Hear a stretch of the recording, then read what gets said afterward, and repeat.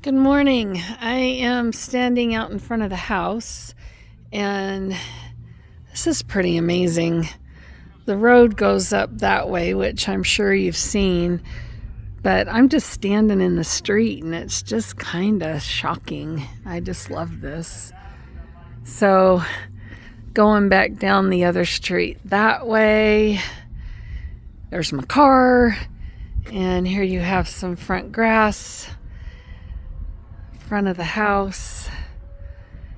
And it's definitely decent sized garage. I do want to point this out. So I'm standing in the road and I don't quite know how to get so that you can see this, but this is on an angle here.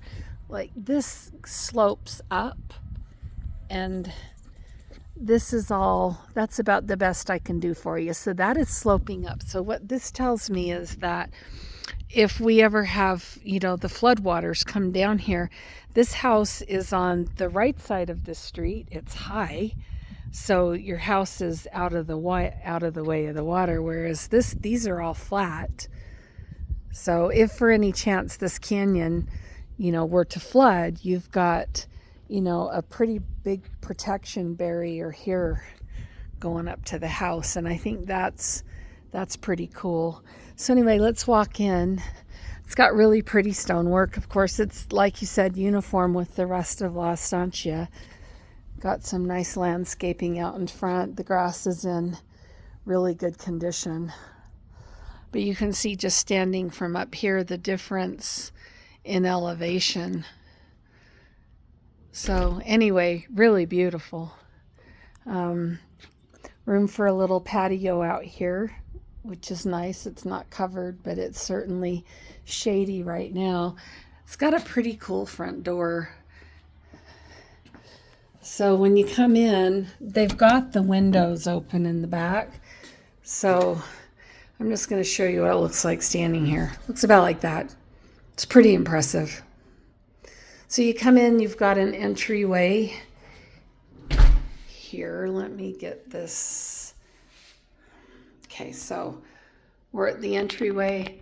It's got nice tall ceilings, can lighting. So you come in here, and to the right, we've got all the bedrooms and the guest bathroom. And then this is just the view here I want you to see. You've got a barn door here that leads to the laundry. So coming in here, you've got the stackable, and then they've got a utility sink and some storage solutions there. I wanted to show you this garage. This is a decent sized 2-car garage. They've got a pretty big Ford there and a smaller car here. And then got some storage around this way. And the water heater here, expansion tank, good deal. Okay, so then I didn't go over here. I probably should have. Looks like there's a good sized storage closet here in the garage, man door to outside. So coming back in, there is a closet in this laundry room as well that I really like the storage in here. So you've got a coat closet, shelves down below, and then shoes. So they've got their internet set up there. So coming back, here's the front door. Let me get this back to 100%. It's hard. Okay, so here's the front door. Just look at this. Kind of crazy. They're really pretty. Okay, so come in here. So this is the living room. And then they don't have a dining area, as we've discussed. So they've got a buffet table here with 3 seats. And then you've got this oversized island bar. So you've got cupboards underneath here, and they actually do have pull handles on them, believe it or not. So both sides of this island have cupboards, And then I want to kind of walk around here. They've got a little area for their dog dish, which is pretty cute. 2 chairs here. If you did something different here, you could put a table. If you maybe made that entertainment center smaller, that might help. But yeah, you could probably reconfigure this. I know that this view and this line of sight from from both sides of the house is pretty cool, but you could possibly take the couch and put it here. Like, oh, you can't see me. I'm being ridiculous. Okay, so like putting the couch on this level, you know, although this faces the TV, you're going to have kind of a situation. This is really the only wall where the TV can go, because this wall is amazing and it's just windows. So let's go back to the kitchen. Le pantry, large, really pretty pantry here. Let me back up so you can see the size of that door. It's a good one. Then you've got ceiling to floors here as well. And everything has, thankfully, pull handles on it. So inside of this cabinet. And then you've got Frigidaire, microwave, looks like a convection oven, and then down below there's a pots and pans drawer. And cabinets all along the uppers, stainless on the stovetop with the vent, more large, taller cabinets, which is nice. And then you've got some big ones down here. So this is an LG cooktop. And then you've got these pull-out drawers for the pots and pans. There's 2 of those kind of oversized drawers. They are all soft close. You've got medium-sized drawers here. Oops, close that. And then there's kind of a Lazy Susan cabinet there. And then in this corner cabinet, not a Lazy Susan. So anyway, nice cabinet space in here. Dishwashers in the island. And this, of course, is all granite. And then underneath the sink, I checked this out, looks pretty clean. I'm not seeing anything that looks degraded at all here. So this is kind of the view from the window. So even if someone were to put a house on this lot across the street, it is not going to obscure what's coming in this window at all. And then you've got side window over here. So you've got your fridge right here. They haven't done anything with this space. You could definitely do a little something here. Small table, writing desk, whatever. They have one of the bedrooms being used as an office, so that kind of changes things as well. But I just want to do a quick rotate around here one more time.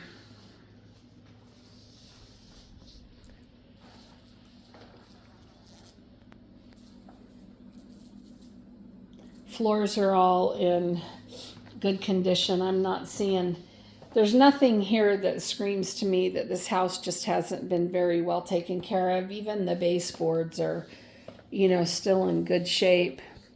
So like I said, you've got, just want to stop here for a minute. So you've got this seating area here that they're using, but you could have seating here for sure.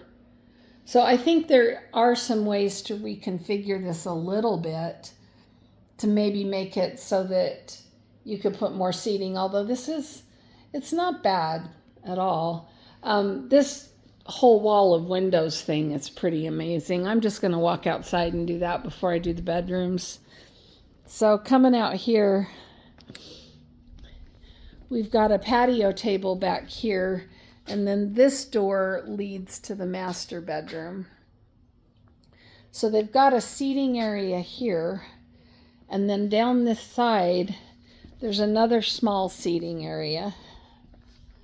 And then they kept their lot sign, which is kind of cute. Got a tree back here, which is nice. Shrubs. The brick wall's in excellent condition. It's got drainage areas right here. And then there's another one on the other side, I believe. And then you have the walking trail. If you remember, I think I mentioned it yesterday. I'm not tall enough, but right behind the house, before that next street, right there is the walking trail. So the next house that could be built is on that lot right there. And I just don't think it's not going to obscure anything more than that house does, which is just next to nothing. So you've got a grassy area back here. Some nice landscaping.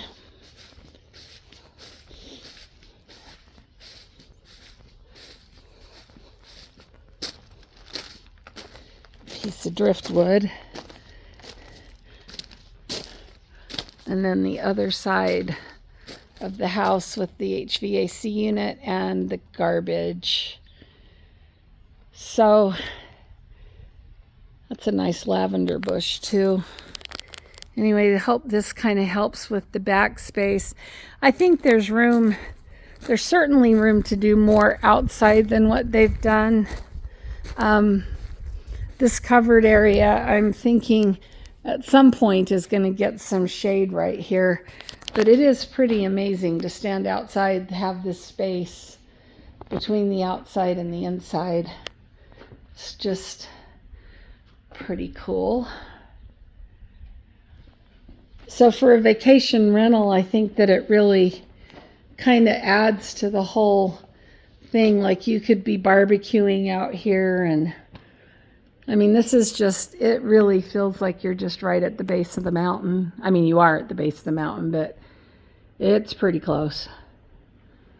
Okay, so let's go do the rest of the house. This is getting kind of long. So we're back at the front door. And if we were to come in the front door, turning around, to the left is the garage. In front of us is the living room. To the left of that is the kitchen.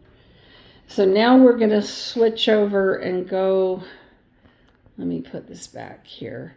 Now we're going to go do the bedrooms. So coming to the right, the first big right you have is this alcove area, and then you've got the entrance to the master. So you've got a wall here, door to the bathroom. That's the door we were just looking in outside. Here's the bed. So once again, just like standing here, that mountain basically takes up your whole view, and then the blue sky. It's really pretty. Got blinds in the doors, which is nice. And then this is the master bath. So you've got, I'll open that up and show you. So you've got Jack and Jill sink, same granite that's in the kitchen. Got the same lighting. And then this shower is an oversized shower. So you've got the bench seat here. And it is really pretty clean. Just not seeing much. Got a large closet here.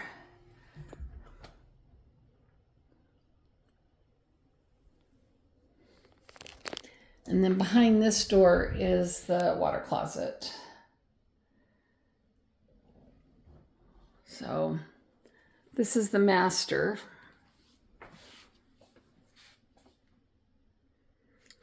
Okay, so walking back out to the bedroom,